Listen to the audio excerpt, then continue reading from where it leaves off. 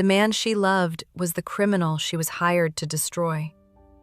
Kimmie Joe came to Seoul to prosecute criminals, not fall in love. But when her best friend, Min Ji, invited her to meet her brother, everything changed. Kang Ji-Hoon walked into the room dressed in black, and Kimmie's world stopped. Their eyes met. Time slowed. One look, chemistry ignited, and she was gone. She didn't know he was a mafia boss. He didn't know she was assigned to take him down. Min Ji didn't know she'd just introduced the two people who would destroy each other. Her hands tremble as she opens the prosecutor's file and sees his face staring back at her. This is a story of love at first sight and the war that followed. Hello Castle fam, welcome back to Afrokorean Chronicles, and to everyone who's been watching my story, thank you so much. Please hit the subscribe button and turn on notifications if you haven't. Let's dive into this drama. Kimmie Joe stands in her Seoul apartment. The space screams her personality. Pink cushions on a lavender couch, Nigerian art on cream walls, law books stacked beside framed photos of her father at political events back in Lagos. Her phone rings. Professor Kim. She answers. "Good morning, Professor." Kimmie. His voice carries barely contained excitement. "The Seoul prosecutor's office wants you. Organized crime unit. They're building a major case against the Kang family. You start Monday." The coffee cup freezes halfway to her lips. Her reflection in the window stares back, wide-eyed, disbelieving. She swallows hard. "Yes! God, yes! Thank you!" When the call ends, she sets the cup down with shaking hands and laughs. High, breathless, victorious. 4 years of proving herself in a country that wasn't hers, in a language that still catches on her tongue sometimes, and finally. Her father's voice echoes from childhood. "Make them remember your name, Kimberly." She will. Seoul National University's courtyard bursts with spring energy. Kimmie sits cross-legged under a tree, purple sundress bright against green grass, textbook open but forgotten. Beside her, Min Ji lies flat on her back, all black skinny jeans and designer sunglasses, one arm thrown dramatically over her eyes. "If I read one more word about corporate negligence," Min Ji groans, "I'm dropping out and becoming an Instagram influencer." "You hate social media." "I'll learn. For the aesthetic." Min Ji peeks from under her sunglasses. "Okay, what's happening? You've been vibrating since you sat down." Kimmie tries containing her smile and fails. "I got the job. Prosecutor's office." Min Ji shoots upright so fast her sunglasses fly off. "Shut up!" She tackles Kimmie in a hug that sends the textbook flying, both of them tumbling into grass and petals, laughing like children. A group of guys playing frisbee nearby stop to watch. One of them, the cute one from Criminal Justice, who always sits 2 rows behind Kimmie, waves. Min Ji waves back, then whispers, "He's been staring at you for 3 weeks." "He stares at everyone." "Not like that." Min Ji sits up, brushing blossoms from her hair. Something shifts in her expression, careful, measured. "Actually, speaking of, my family's having dinner Friday. My brother's finally back from Japan. Come. Please?" Kimmie's met Min Ji's mother countless times, but the brother is a ghost. 4 years of friendship, and Min Ji's mentioned him maybe 6 times. "I don't want to intrude on family time." "You're not intruding. You are family." Min Ji's voice softens in a way it rarely does. 4 years, Kim. You've been my person through everything. I want the two most important people in my life to actually know each other. The vulnerability catches Kimmie off guard. Min-ji does confidence, does sarcasm, does fierce loyalty. Vulnerability is rare. Okay, Kimmie says. Yes. Min-ji's smile is relief mixed with something that looks almost like regret. But it vanishes before Kimmie can question it. Then Min-ji's pulling her toward the frisbee game, shouting, "We're playing!" And the moment dissolves. They spend the next hour running and laughing. Kimmie's terrible at frisbee. Her throws go everywhere except where she aims. But Min-ji covers for her. And when Kimmie finally catches one, Min-ji cheers like she's won a championship. Across the city, Kang Ji-Hoon ends a meeting with blood on his knuckles. He washes his hands, checks his phone. His sister's message. "Coming to dinner Friday?" He hesitates, then replies, "Yes." If Kimmie had known what Friday would bring, she might have held this moment tighter. But she doesn't know yet. The auditorium holds 200 people. Today, every seat is filled. Professors, students, and a few stern-looking individuals in the back Kimmie assumes are from the prosecutor's office evaluating their new hire. She stands at the podium in a purple blazer that makes her feel powerful, her presentation glowing on the screen behind her. Prosecuting organized crime, the Kang organization as case study. Her voice carries, steady and sure. The Kang family has operated in Seoul for 3 generations. They built legitimate businesses as shields, construction, nightlife, real estate, while running illegal operations underneath. What makes them dangerous isn't violence, it's invisibility. She clicks to an organizational chart. Photos of stern Korean men in expensive suits, names in neat boxes, lines showing hierarchy and power flow. Traditional prosecution fails because we target street-level operations while leadership remains untouchable. My proposal involves simultaneous pressure across multiple fronts: financial audits, witness protection incentives, exploiting international law loopholes. The door at the back opens. Silent. Smooth. A man slips inside, and even from the podium, even in shadow, he commands attention. Black suit, fitted like it was made specifically for his frame. Tall, broad-shouldered. He doesn't sit, just leans against the back wall, arms crossed, completely still. Kimmie loses her train of thought. "Sorry," she clears her throat. "International law loopholes to..." Her eyes find him again. He's staring directly at her. Not the casual attention of an audience member, something focused, intense, almost pained. Her pulse kicks unexpectedly. She forces herself back to the slides, to the arguments she's rehearsed for weeks.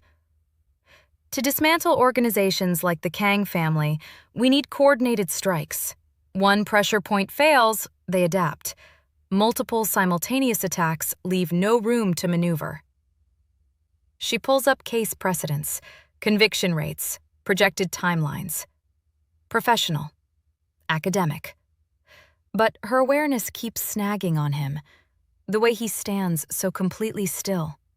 The way his expression shifts from neutral to something harder when she mentions the Kang name specifically. When she finishes to enthusiastic applause, she gathers her notes with hands that shake for reasons she doesn't understand. She looks up.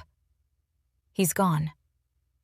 The door swings shut, and she's left with a strange hollowness in her chest, mourning something she never had. Friday evening arrives, wrapped in golden light and inexplicable nerves. Kimmie stands in her bedroom in just her underwear, phone wedged between shoulder and ear while her roommate back in Lagos shouts advice. "Not the pink one," her roommate says. "Too eager. The purple and black, the silk." Kimmie pulls it from her closet. Purple silk with black embroidery, Korean-inspired but modern. She holds it against herself. This feels too fancy for dinner. You're meeting the mysterious brother who Minji never talks about. Fancy is appropriate. She changes, studies herself in the mirror. The dress fits perfectly, hugging her curves, making her dark skin glow warm. "You look gorgeous," her roommate says, reading her silence correctly. "Now go." The restaurant is tucked down a Myeongdong side street she'd never find alone. Exclusive. The kind of place that doesn't need to advertise. Minji waits in the lobby, nervous energy radiating from her despite the composed exterior. "You look beautiful," Minji says, hugging her. "So do you. You okay?" I want tonight to go well." Minji links their arms. "My mom adores you already, and my brother..." She pauses. "He's important to me. I think you'll like him." Something in how she says it makes Kimmie's stomach flutter. They're led through the restaurant to a private room. Traditional low table, silk cushions, walls painted with delicate mountain landscapes. Minji's mother rises when they enter, elegant in a cream hanbok, pulling Kimmie into a warm embrace that smells like jasmine. "Finally," she says in Korean, "the famous Kimmie Joe. Please, sit." They settle around the table. The mother pours tea with graceful movements, asks about Kimmie's family, her studies, her plans. There's genuine interest here, warmth that reminds Kimmie of home. "This prosecutor job," the mother says carefully. "It's dangerous work, isn't it?" "It can be, but it's important." Something flickers across the mother's face. Worry, fear, resignation. But it vanishes before Kimmie can interpret it. The door slides open. Time doesn't stop, it fractures. The man from the auditorium walks in, and Kimmie's entire world narrows to his face. Recognition slams through her, not just from the presentation, but something deeper, cellular. Like her body recognized him before her mind caught up. He freezes mid-step when he sees her. Their eyes lock, and the air between them charges with something Kimmie's never experienced. Inevitable. Terrifying. He's devastating up close. Sharp cheekbones, intense dark eyes that seem to see straight through her. A mouth set in a hard line that somehow still manages to look vulnerable. All black. Black suit, black shirt, black tie.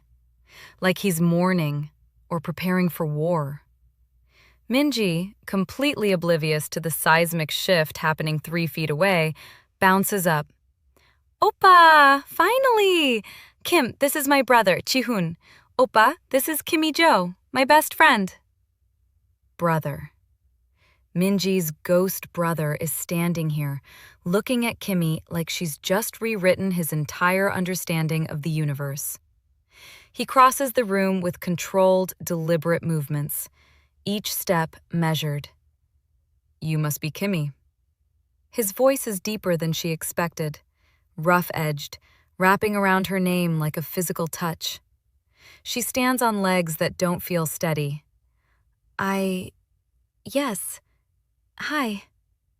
He extends his hand. When she takes it, his palm is warm, his grip firm but impossibly careful, and he holds on 2 full seconds too long. Long enough that Minji notices and grins knowingly. "I attended your presentation," he says, eyes never leaving hers. "At the university, earlier this week.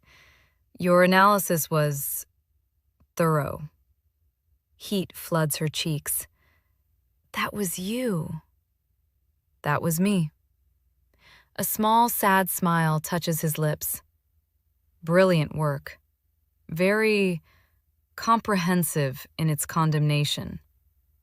The odd phrasing catches her attention, but Minji's already pulling him toward his seat, chattering excitedly about how she knew they'd get along. Ji-Hoon sits beside Kimmie.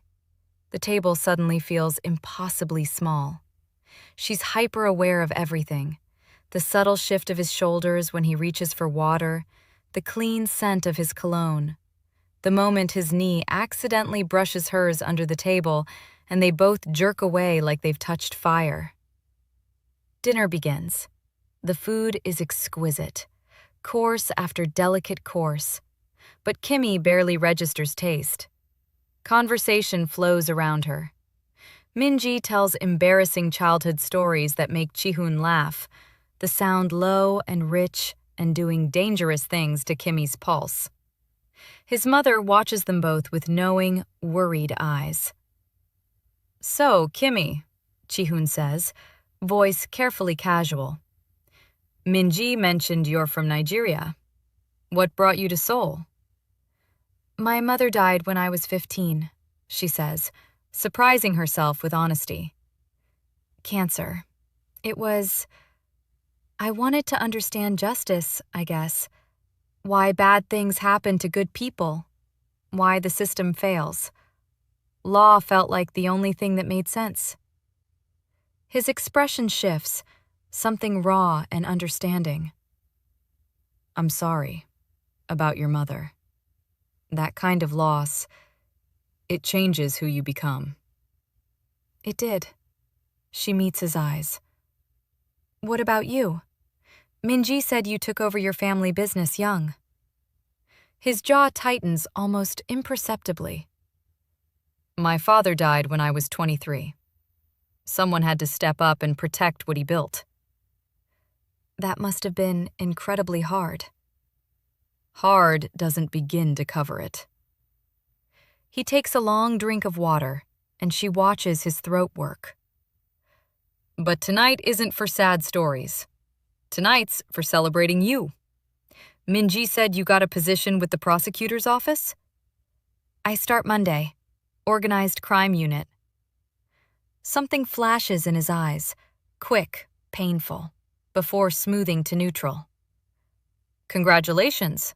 That's quite an achievement. I'm sure you'll be excellent at bringing criminals to justice." The way he says it sounds almost like goodbye. Under the table, his knee brushes hers again. This time, neither pulls away. After dinner, Ji-Hoon offers to walk her to her car, while Minji and their mother linger inside, settling the bill. Seoul at night is magic. They walk in loaded silence, the air between them humming with unspoken things. At her car, she turns to face him.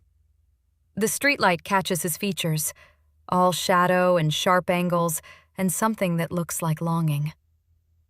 "Your presentation," he says quietly, not quite meeting her eyes now. "About prosecuting organizations like mine." Her heart stops. "Like yours?" He looks at her then, and the weight in his gaze is unbearable. "Have dinner with me. Just us. Tomorrow night. Please." She should say no. Every logical instinct screams warning. Red flags everywhere. But her heart is louder than logic. I need to think about it." His smile is small, genuine, heartbreaking. "I'll wait for your answer, however long it takes." She gets in her car with trembling hands. In the rearview mirror, he's standing under the streetlight, hands in pockets, watching her with an expression that makes her forget how to breathe properly. She drives 2 blocks before pulling over, gripping the steering wheel, trying to understand what just happened to her. Her phone buzzes. Unknown number. "This is Ji-Hoon. Min-ji gave me your contact. No pressure. Just hope." She stares at the message for a full minute, types and deletes 4 different responses, finally settles on, "Okay. 1 dinner." 3 dots appear immediately. Then, "Tomorrow, 7. I'll pick you up." "Thank you, Kimmie." She drops the phone in her lap and laughs, breathless and terrified and exhilarated. "I should have said no," she thinks. Everything that happened next, all the pain and impossible choices and beautiful devastation. I should have said no. But she didn't. And that changed absolutely everything. Saturday evening finds Kimmie on a private rooftop in Gangnam, Seoul spread beneath her like scattered diamonds on black velvet. Ji-Hoon reserved the entire space. Fairy lights strung overhead, creating a canopy of stars. A table set for 2. Candles flickering against the warm breeze. He stands when she arrives, in a soft pink dress, and the way he looks at her makes her feel like the only person in the world. "You came," he says, pulling out her chair. "You seemed pretty confident I would." Hopeful, never confident. He sits across from her, candlelight catching the planes of his face, making him look almost vulnerable. There's a difference. Dinner unfolds like a revelation. He asks about her father's political career, what it was like growing up in that spotlight. She finds herself sharing things she rarely talks about. The pressure of being a politician's daughter, her mother's quiet strength before the cancer. How coming to Korea was about proving she could be someone beyond her father's name. "And have you?" he asks, leaning forward, genuinely interested. "Proved it?" "I think so. The prosecutor job is mine. Not his connections. Not his influence. Mine." Something like pride flickers across his features. "You should be incredibly proud. What you're doing, going after organized crime, it's brave. Important." "What about your work?" She studies him. "You said family business, but Min-ji's always so vague." His expression shifts, guarded, careful. "Import-export, construction, some nightlife properties. My father built an empire, and when he died, I inherited the responsibility of keeping hundreds of families employed and protected." He pauses, choosing words with surgical precision. "It's complicated." "I'm good with complicated." "I know you are." He reaches across the table, palm up, an invitation. "But I'd rather talk about this, about why I haven't been able to stop thinking about you since Friday." Her pulse jumps. She places her hand in his, and his fingers close around hers with devastating gentleness.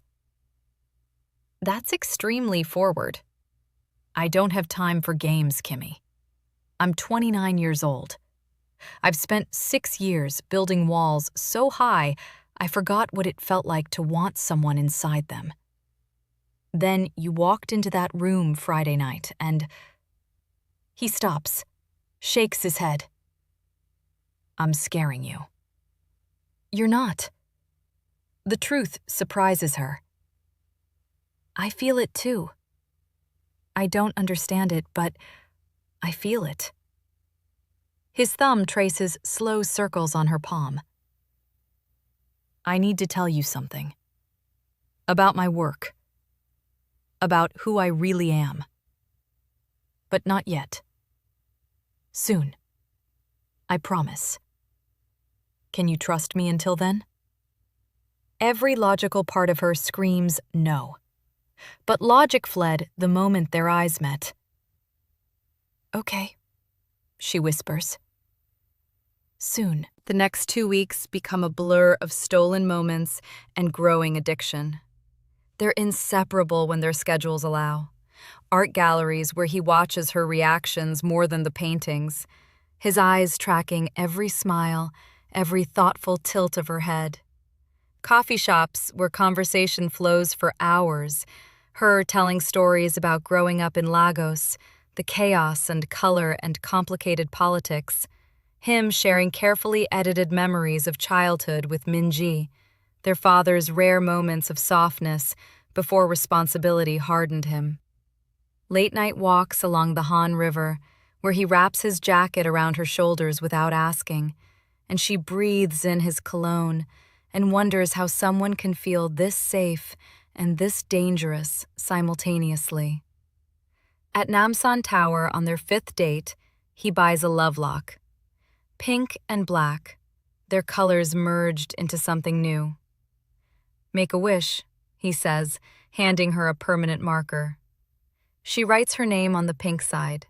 He writes his on the black.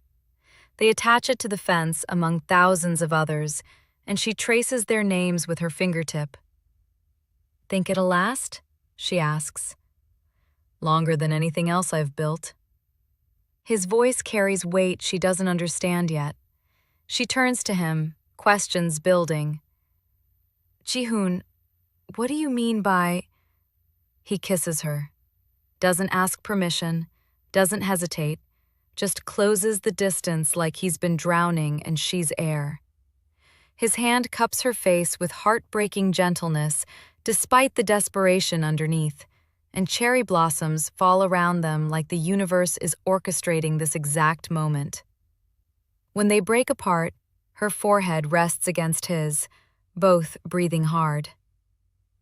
"This feels too perfect," she whispers. His thumb traces her cheekbone. "Nothing's perfect, Kimmie.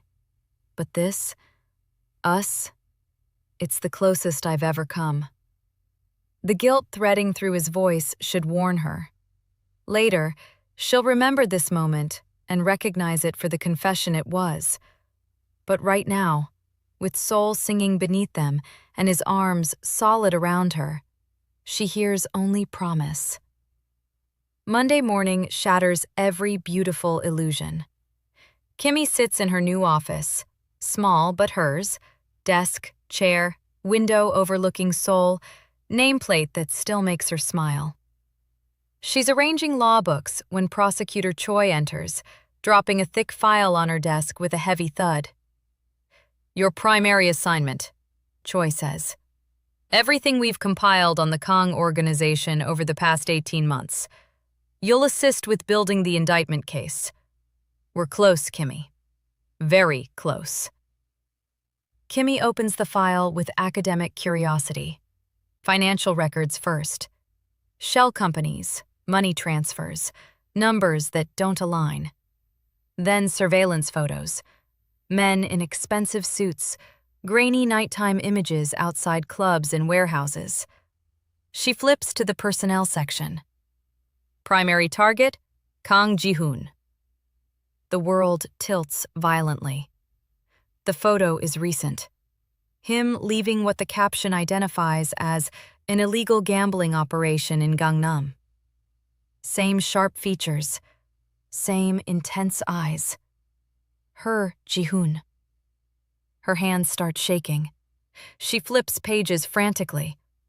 Money laundering, racketeering, witness intimidation, protection rackets.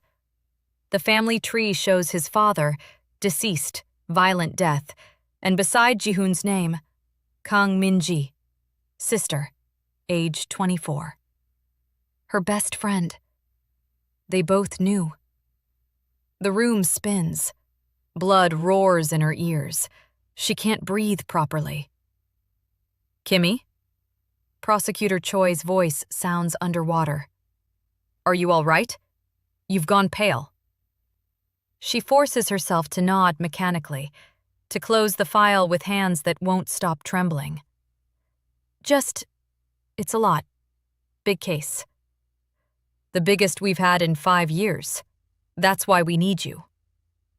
Choi's expression softened slightly. Take an hour. Review everything. We'll discuss strategy this afternoon. When Choi leaves, Kimmie stares at the closed file for exactly 43 seconds. Then she picks up her phone. We need to talk. Now. Minji's response comes immediately. My place. Kimmie, I'm so sorry. She knew. They both knew. And Kimmie fell in love anyway. Minji's apartment is all clean lines and expensive minimalism. When she opens the door, her eyes are already red-rimmed, mascara smudged. You know, Kimmie says, not a question. Please, come in. Kimmie steps inside, and 4 years of friendship can't contain the betrayal burning in her chest. How long? Since you told me about the prosecutor job. Minji's voice cracks. I wanted to warn you. I swear I did. But you didn't. Kimmie's voice rises, sharp. You knew what he was, and you let me. You watched me fall for him. I watched my brother be happy for the first time in 6 years. Minji's composure shatters. After our father died, Ji-Hoon had to become someone else. Someone hard and cold and constantly looking over his shoulder. But with you, he smiled. Really smiled. I thought maybe love could save him. I'm supposed to put him in prison, Minji. Then maybe you're on the wrong side. The words hang between them like shattered glass. Kimmie steps back, shaking her head in disbelief. Don't, Kimmie says quietly, dangerously. Don't you dare make me the villain here. You're not the villain. Minji reaches for her, and Kimmie jerks away like her touch burns. I trusted you with everything. Every secret, every fear, every stupid dream I had. And you used that to… What? Set me up? Make me your brother's redemption project? It wasn't like that. Then what was it like, Minji? Kimmie's laugh is bitter. Explain it to me. Make it make any kind of sense. Tears stream down Minji's face. I love him. He's my brother, and he's been carrying our family's burden since he was 23 years old. He had no choice. And I love you. You're the sister I chose. I hoped, maybe you could save each other instead of destroying each other. Well, congratulations. Kimmie grabs her bag. You've managed to destroy us both instead. Kimmie, please, don't contact me. Don't come to campus. We're done. You don't mean that. Kimmie looks back, and the pain in her chest is physical, crushing. I wish I didn't, but I do. The door closes on 4 years of friendship. Kimmie makes it to her car before the sobs break free, violent and wrenching. Ji-Hoon's penthouse is all sharp edges and monochrome severity. Black furniture, white walls, floor-to-ceiling windows showing Seoul laid out beneath him like a kingdom he rules from the shadows. When he opens the door and sees Kimmie standing there with the prosecutor's file clutched in white-knuckled hands, every drop of color drains from his face. You know, he says quietly. She throws the file at his feet. Papers scatter across pristine marble like evidence of his sins. Tell me it's fake. He stares at the documents spread between them. Doesn't speak. Tell me! Her voice breaks. Tell me anything except what I already know. He closes the door carefully, leans against it, and something inside him seems to collapse inward. I can't. You owe me the truth. You owe me! My father built an empire. His voice is flat, rehearsed, like he's told this story before, to himself, in mirrors. Legal businesses mixed with protection, gambling, territory control. When he was murdered by a rival family, I was 23, studying business in America. I came home for the funeral, and suddenly I'm responsible for hundreds of people whose families depend on our organization for survival. So you became a criminal. I became a survivor. The shout echoes in the empty space. You think I wanted this life? You think I enjoy constantly watching my back, knowing any relationship I have puts people in danger? Watching Min-ji pretend our legacy doesn't terrify her every single day? When were you going to tell me? The question lands like a physical blow. Guilt floods his features. He opens his mouth, closes it, opens it again. After I fell completely in love with you? Her voice shakes. After I destroyed my career before it even started? When, Ji-Hoon? I was going to. Don't lie to me again! Tears stream down her face. Every date, every kiss, every time you touched me like I mattered. Were those lies too? No. He crosses to her in 3 desperate strides, gripping her shoulders. That was real. The only real thing in my entire life. I love you, Kimmie. That's not a lie. She shoves him away, hard. You don't lie to people you love. I was protecting you. From what? The truth? My own choices? She picks up her bag with shaking hands. I can't prosecute you now. I have to resign. Everything I worked for, everything I sacrificed, gone because I was stupid enough to. Don't resign. We'll figure this out. There is no we. She backs toward the door. There never was. Just a beautiful lie I was desperate enough to believe. Kimmie, please, don't call me. Don't text. Don't show up at my apartment. Just don't. She walks out, and this time, he doesn't follow. He stands alone in his penthouse, surrounded by scattered evidence of his crimes. And for the first time in 6 years, Kang Ji-Hoon allows himself to completely break apart. 3 weeks crawl by like years. Kimmie throws herself into work with mechanical precision, 16-hour days, building the case against Ji-Hoon with cold efficiency.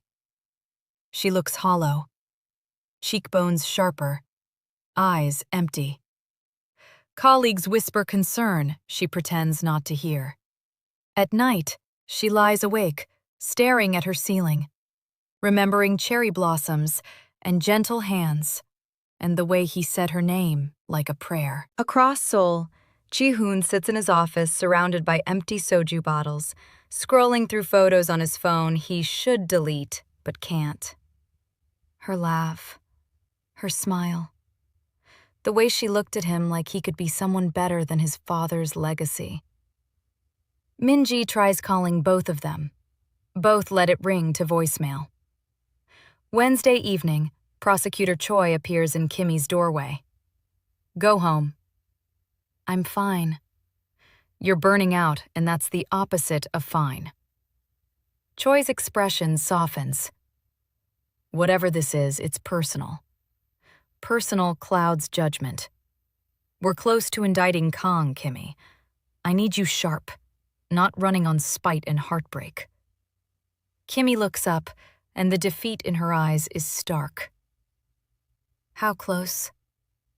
2 weeks, maybe less. Your research has been invaluable. Choi pauses. Should I be concerned about your investment in this particular case? No, just justice. That's all. The lie tastes like poison on her tongue. In a dimly lit office across Seoul that reeks of cigarette smoke and violence, Kim Tae-sung studies photographs spread across his desk with predatory interest. Kimmie leaving the prosecutor's office. Kimmie at her apartment, alone. Kimmie, vulnerable. Kang's weakness, he says, smiling without warmth. Love makes even the strongest men soft as butter. His lieutenant shifts uncomfortably. She's a prosecutor. Touching her brings serious heat. She's also the reason Kang's been distracted for weeks. His organization's getting sloppy. Men talking too freely, deals falling through, territory going undefended. Tae-sung lights a cigarette, exhaling slowly. We take her, we break him psychologically. Once he's broken, we take his territory. Simple mathematics. What do we do with her after? Tae-sung's smile widens. Whatever sends the clearest message about the cost of weakness. Thursday evening. The prosecutor's office is mostly empty, just a few workaholics and cleaning staff. Kimmie sits alone at her desk, vision blurring over financial records she's analyzed 17 times already. Her phone buzzes. Unknown number. Video file attached. She should ignore it. She doesn't. She presses play and ice floods her veins. The video shows Ji-Hoon sitting in what looks like an abandoned warehouse, hands bound behind him, face already bruised, blood trickling from his split lip. A voice off camera speaks in Korean. Kang Ji-Hoon, you've grown soft, weak. Let's see if she's worth it. The video ends abruptly. Her hands shake violently. She's dialing Ji-Hoon before conscious thought forms, straight to voicemail. She tries again. Voicemail. Again. Voicemail. Terror claws at her throat. Wait. She forces herself to think like a prosecutor, not a terrified woman in love. If they actually had Ji-Hoon, they wouldn't need to send her proof. They'd already be making demands. This video is bait. Psychological warfare designed to... Realization hits like ice water. They don't have him. They want her. And like an absolute idiot, she just revealed exactly how much leverage she provides by calling him 3 times in 30 seconds. She grabs her bag, heading for the parking garage. She'll call the police from her car. She knows protocol. She just needs to get somewhere public and... The parking garage is too quiet. Fluorescent lights flicker overhead, casting unsteady shadows. Her footsteps echo off concrete walls. She hears the van before she sees it. Engine roaring to life, tires squealing. She runs, but they're faster. Strong arms grab her from behind. She fights, kicks backward, connects with someone's knee, hears a grunt of pain. Scratches at the arm around her waist, lands an elbow to someone's ribs. But there are 3 of them, and they're prepared for resistance. A cloth presses against her face, chemical sweet. She holds her breath, still fighting, but her lungs burn, and eventually she has to breathe. And when she does, the world goes gray at the edges. Sounds muffled, strength draining from her limbs like water. Her last coherent thought? I'm sorry, Ji-Hoon. I'm so sorry. Then, nothing but darkness. Consciousness returns in jagged pieces, cold concrete beneath her, rope cutting into her wrists and ankles, the copper taste of blood in her mouth from where she bit her tongue. Kimmie forces her eyes open. Abandoned warehouse, exactly like the video showed.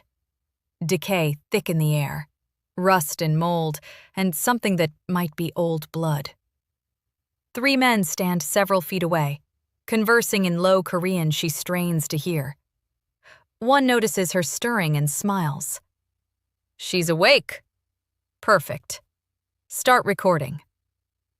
Panic surges hot and immediate. She forces it down through sheer will. Think, assess, survive. One of them sets up a phone on a makeshift tripod, angling the camera to capture her face. Kim Tae-sung. She recognizes him from case files, from surveillance photos she's studied, crouches in front of her chair, studying her with detached curiosity. Nothing personal, he says conversationally, almost apologetically. Just business. Kang needs to learn what happens when he allows himself to get comfortable, when he forgets the rules. You're making a serious mistake.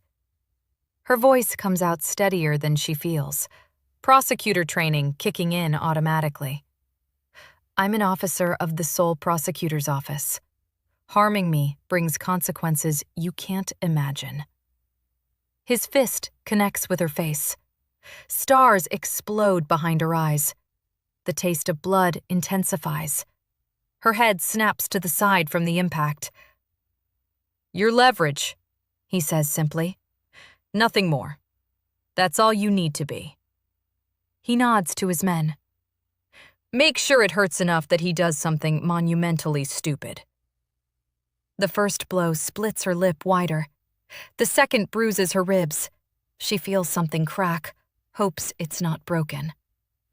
The third catches her cheekbone, and she knows it'll swell shut. She refuses to scream, refuses to give them that satisfaction. But tears stream silently down her face, mixing with blood. Between blows, they film, adjust the angle. Make sure to get her face clearly. Kang needs to see what his weakness costs. Through the haze of pain, one thought crystallizes with perfect clarity. When they send this to Ji-Hoon, he'll come, and they'll kill him. She has to warn him somehow, has to.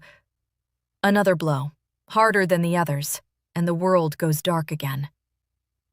Ji-Hoon sits in his office reviewing shipping manifests with mechanical detachment when his phone buzzes.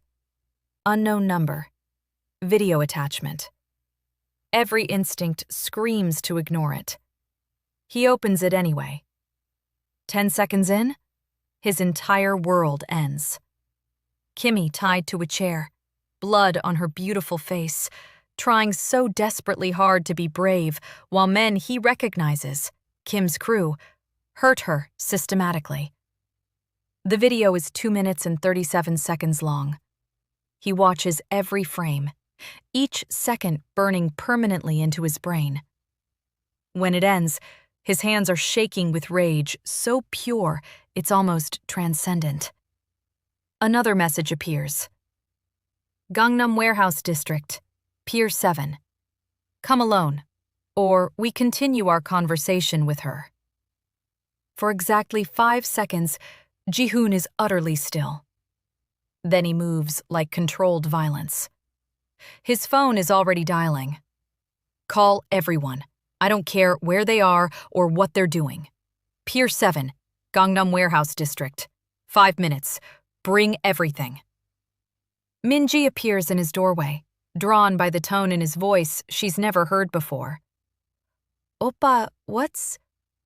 He looks at her, and whatever she sees in his face makes her step backward instinctively.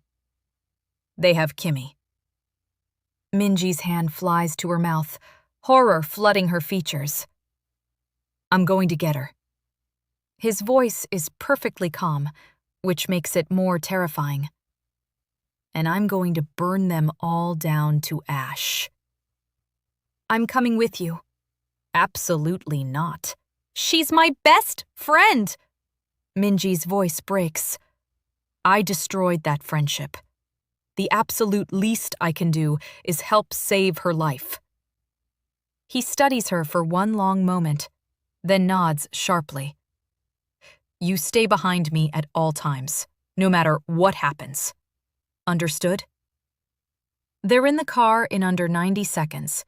Ji-Hoon driving like Seoul's traffic laws are suggestions he's choosing to ignore. His phone buzzes continuously. Confirmations from his organization. 20 men. 30. 45. Min-ji watches her brother's profile, the cold fury there, and realizes this is the man their father molded. This is the Mafia boss Seoul whispers about in fear. Not the gentle brother who bought her ice cream after school, but the protector who destroys threats completely. She's alive, Min-ji whispers, trying to convince herself. They need her alive for leverage. For now. His voice cracks for just a moment. But I saw what they did to her, Min-ji. I saw. His hands tighten on the steering wheel until his knuckles turn white. Not now, he says to himself. Blame later. Guilt later. Save her first. The warehouse sits exactly where they said it would, overlooking the Han River, isolated from nearby buildings. Ji-Hoon's team surrounds it with practiced efficiency. 20 years of coordinated operations, making them move like shadows with singular purpose. He gives hand signals. They flow into position silently. Min-ji stays in the car as promised, hands clasped in prayer to gods she's not entirely sure she believes in anymore. Inside the warehouse, Kimmie's consciousness flickers. They haven't hit her in several minutes, waiting for Ji-Hoon's arrival. Kim Tae-sung checks his watch with growing impatience. He's not coming, one of his men mutters nervously. It's been 40 minutes. Maybe He'll come, Tae-sung says confidently. Men like Kang don't abandon what's theirs. Especially not. The explosion of the main door interrupting him is almost beautiful in its violence. Ji-Hoon's team pours through like a wave of coordinated fury. What follows is brutal, efficient, practiced. Kim's men are outnumbered 3-1 and completely unprepared for this level of response. Within 90 seconds, it's over. Ji-Hoon moves through the chaos like violence given human form, and when he finally reaches Kimmie, something fundamental in his expression shatters. Kimmie. His hands shake as he works at the ropes binding her, voice breaking. God, Kimmie. I'm here. I'm so sorry. Her eyes flutter open, struggling to focus on his face through the swelling, and she starts crying. You came. Always.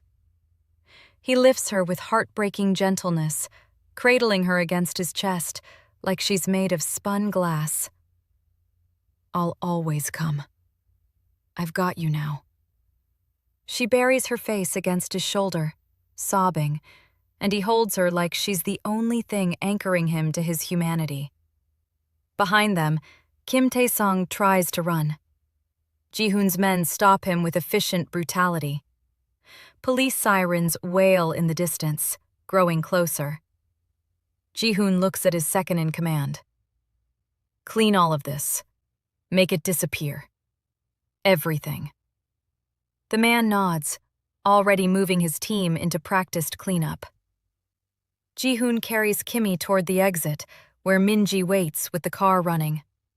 But at the threshold, he stops, looking down at the woman in his arms.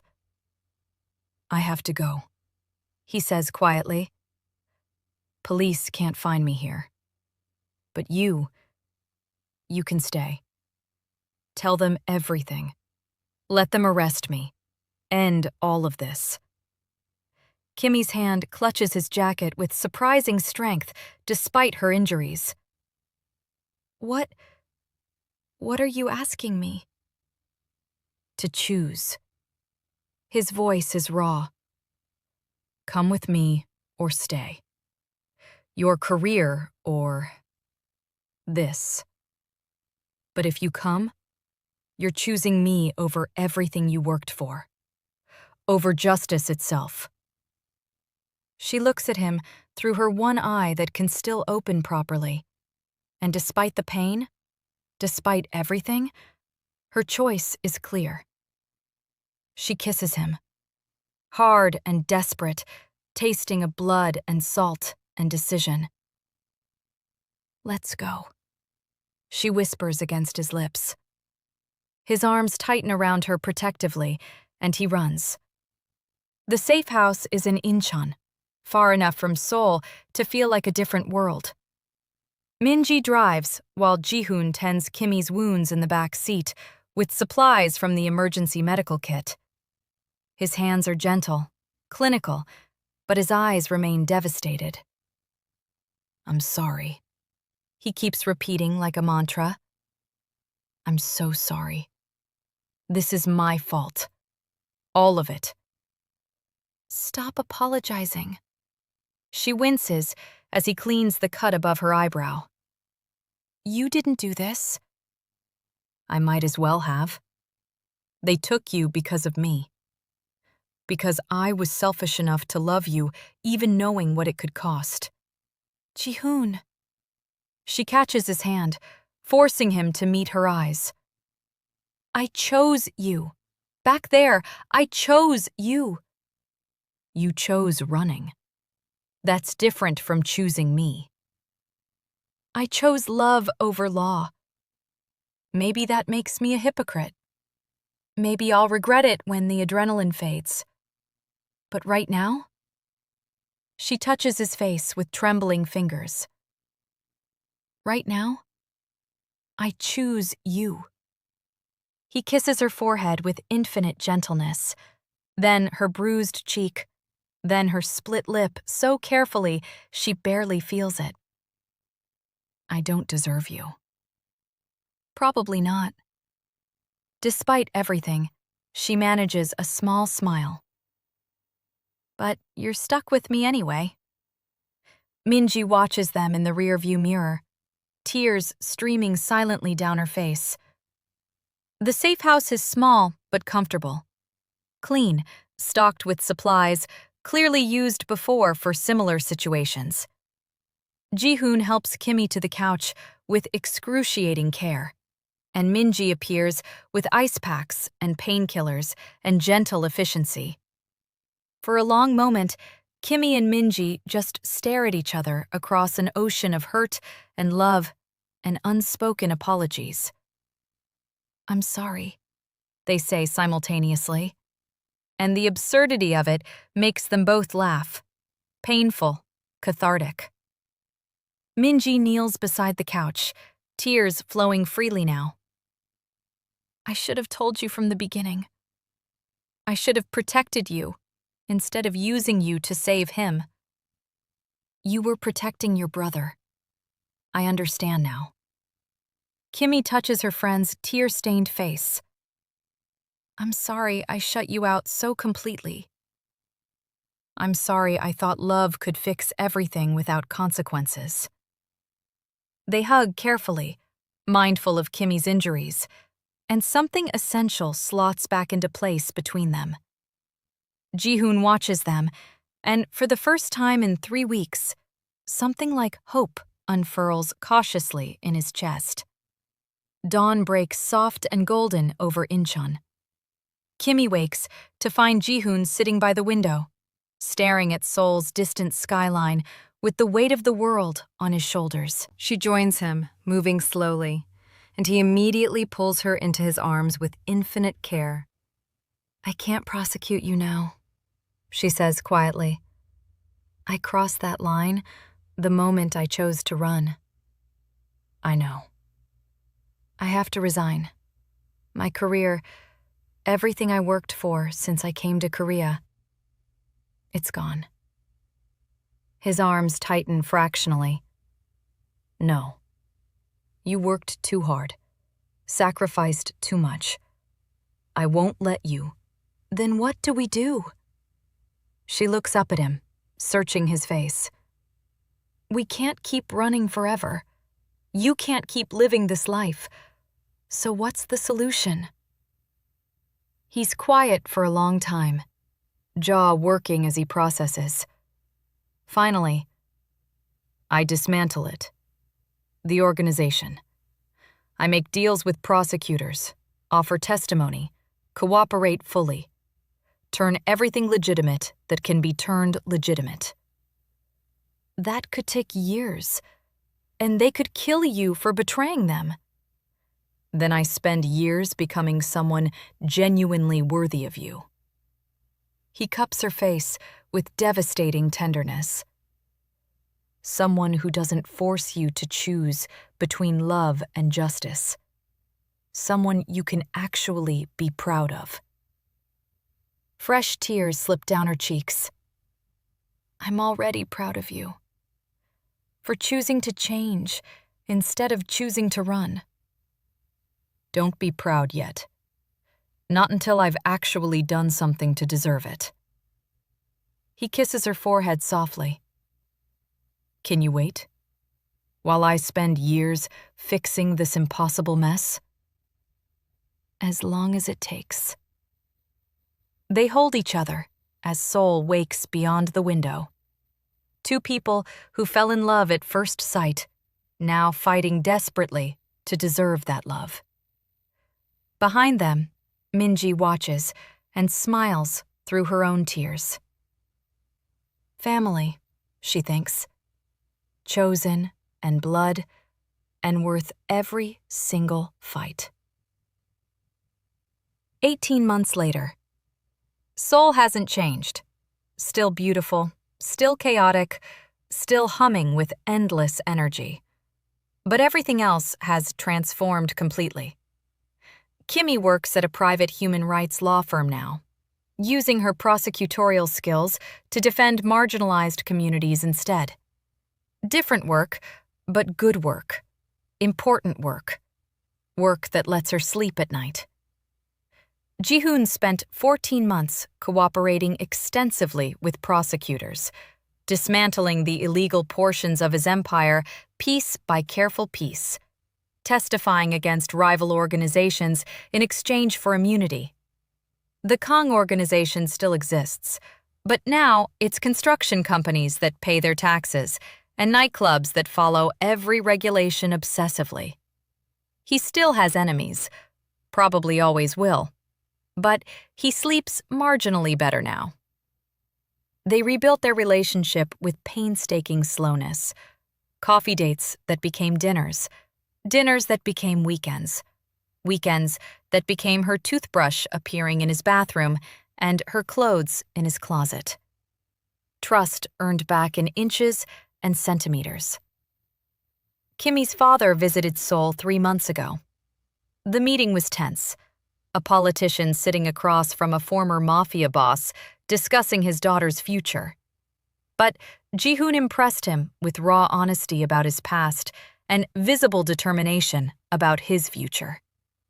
They're not close, may never be, but there's mutual respect.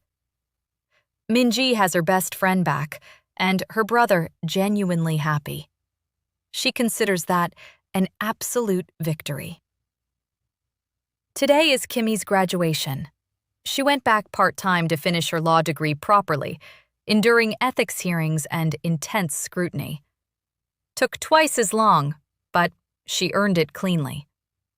In the audience, Ji-Hoon sits between Minji and Kimmie's father, watching Kimmie cross the stage in purple robes to accept her hard-won diploma. Pride radiates from him so obviously that nearby strangers smile. After the ceremony, he finds her on the university rooftop, where she once presented about prosecuting men exactly like who he used to be. Seoul spreads beneath them, cherry blossoms drifting on warm spring wind. "Congratulations," he says, smiling. "You did it." She takes his hand, interlacing their fingers. "Who are you now, Kang Ji-Hoon?" "Still figuring that out, honestly." He takes a breath. "But I know exactly who I want to be. And I know I want to figure it out with you." He kneels. Her breath catches.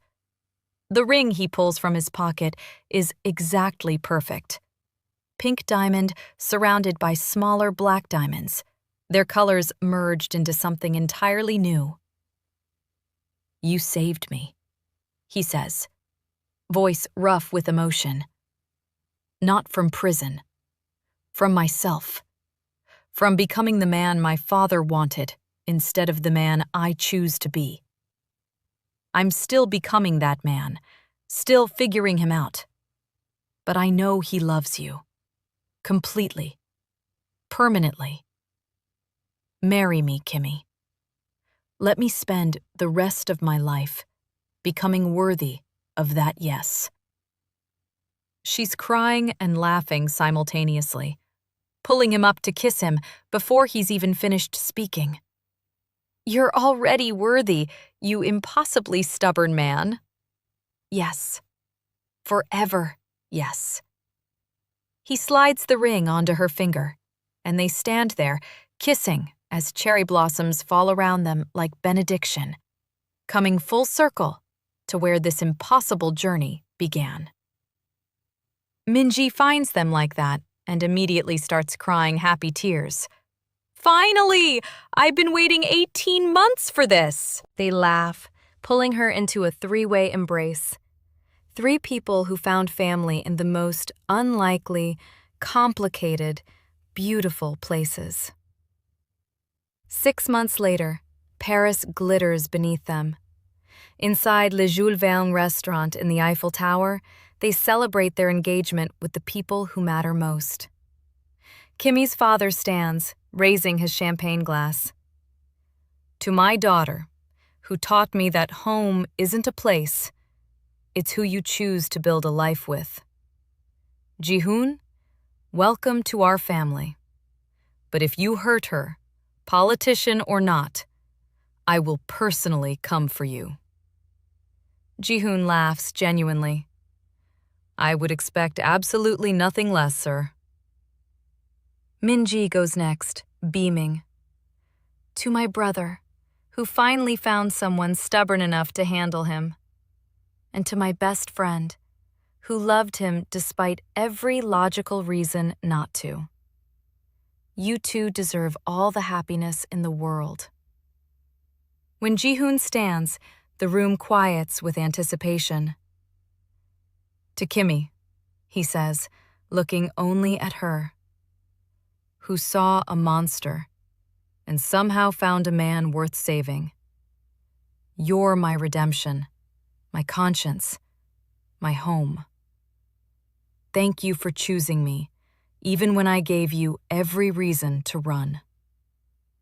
Kimmie stands, taking his hand. "To us, to choosing love, even when it's impossibly complicated. To fighting for something beautiful instead of settling for something safe." They kiss as Paris sparkles around them, as their families cheer, as the future stretches out uncertain but wholly theirs.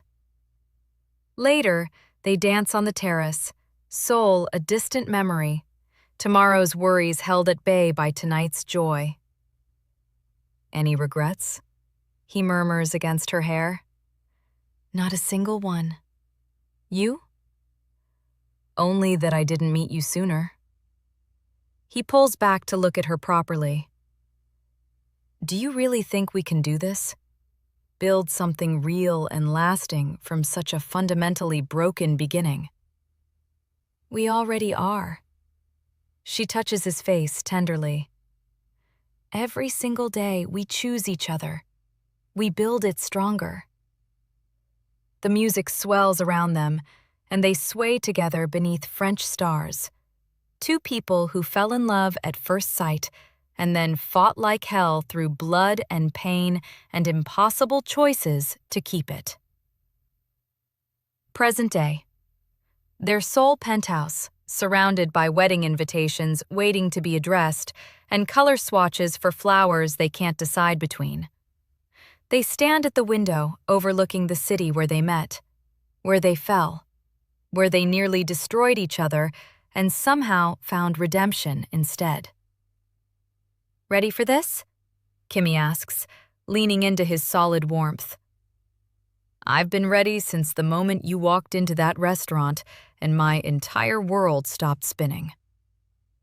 She turns in his arms to face him. Even knowing everything it cost us?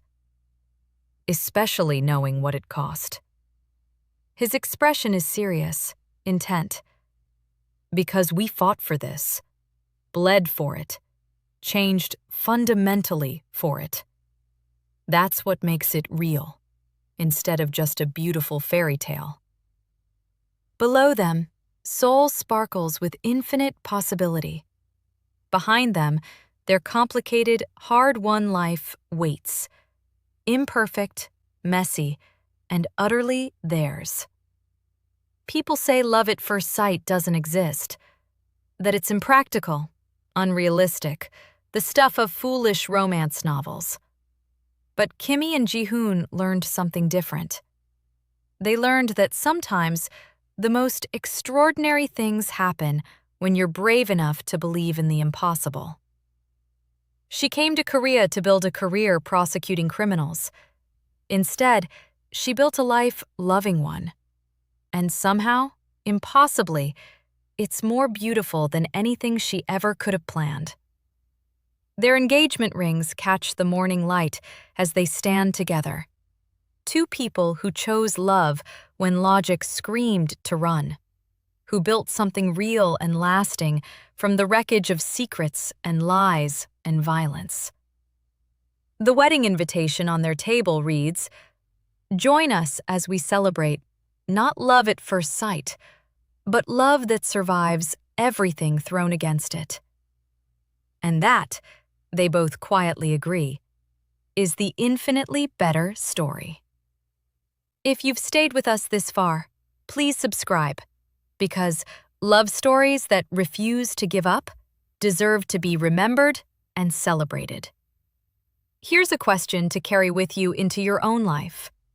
When love and justice cannot both survive, which would you choose? Sometimes the heart knows truths the mind refuses to accept. Sometimes love at first sight isn't really about that first electric moment at all. It's about every single moment afterward, when you consciously choose to stay, to fight, to become better than you were. What would you choose?